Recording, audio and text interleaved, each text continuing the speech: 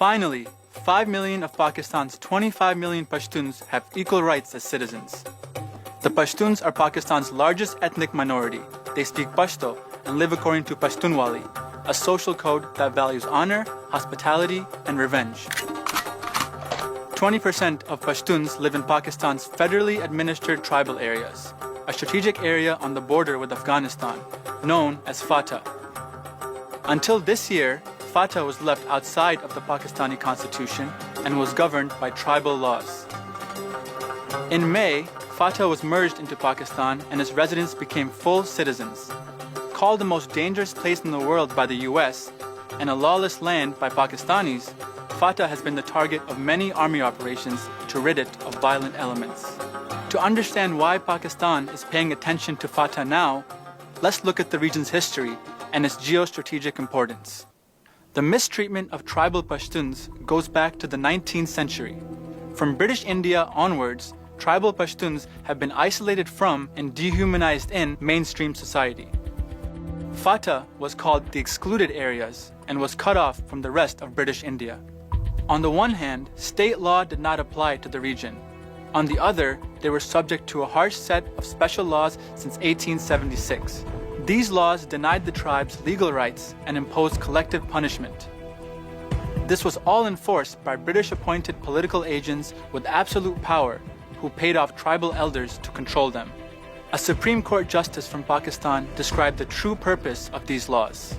The legal system imposed by the British was intended to rule the masses through a class of loyals from the area, thus ostensibly depicting a policy of non-interference in their centuries-old system, although in fact the object was to keep them away from a universally recognized judicial system and instead give them a sugar-coated legal device.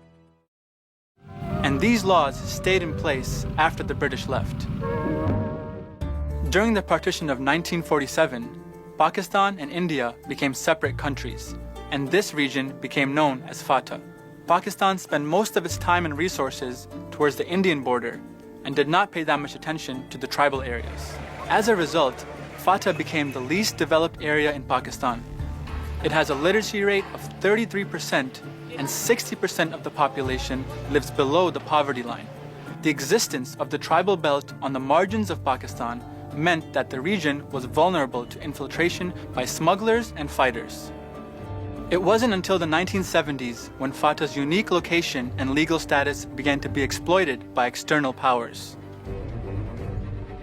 The 1979 Soviet invasion of Afghanistan shone a spotlight on Fata. The US, fearing Soviet expansion, partnered with Pakistan and Saudi Arabia to fund the Mujahideen, fighters who would be used to push back the Soviets.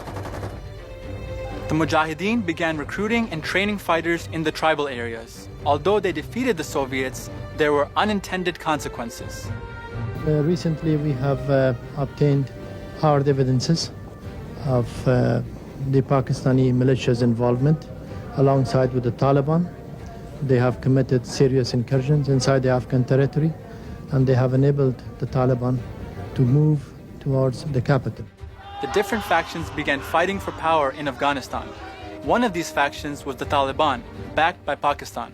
While Fata was an asset during the Afghan war, it would soon become a liability with the rise of anti-Americanism. Our war on terror begins with Al-Qaeda, but it does not end there. It will not end until every terrorist group of global reach has been found, stopped, and defeated. Conditions worsened when the US launched the so-called War on Terror and invaded Afghanistan in 2001, driving the Taliban out to take refuge in Fata. Under US pressure, Pakistan publicly abandoned support for the Taliban and allowed US forces into the tribal areas. However, the Taliban took advantage of Fata's unregulated status and established safe havens along the border. A prolonged period of conflict in Fata began, with fighting between the Pakistani military, US forces, and fighters loyal to various groups raging on. Meanwhile, the tribes were trapped in the fighting. More than 1,000 tribal elders were killed, deteriorating the traditional tribal structure. Thousands of Pashtuns disappeared without a trace. The conflict also displaced more than 1 million tribespeople and destroyed hundreds of local houses, schools, and businesses. Throughout, Pakistan viewed and justified the violence as a Pashtun problem, but this view hides the true drivers behind the issue. The tribal Pashtuns haven't had any political influence, access to media outlets, or self-determination from the time they were under the British-era laws. Even when the Pakistani president made reforms in 2011 to protect the elderly and the youth, the military reversed these changes. Security forces gave themselves the power to arrest any tribal Pashtun on the basis of suspicion or complaint. Do you believe that civil liberties in this country are being eroded in your hunt for the Taliban? I mean, you have to go after a monster. So what do? And I think state of Pakistan is taking care that this does not impinge on the civil liberties of people as much as it is possible. Even though the establishment was determined to maintain the status quo, Pashtuns across Pakistan continued to publicize the problems in Fata. نو موږ خپل حقوق اوس غواړو چې موږ کوم کورونه وران شوي زموږ کوم مړي شوي دي زموږ سره انصاف وشي نور خو موږ داسې غلطه مطالبه نشته دی. In Fata, 62% of youth are affected by violence. Many tribal Pashtuns moved out of Fata to escape the conflict. But even in cities, tribal Pashtuns are targeted, especially by police who accuse them of being part of the Taliban.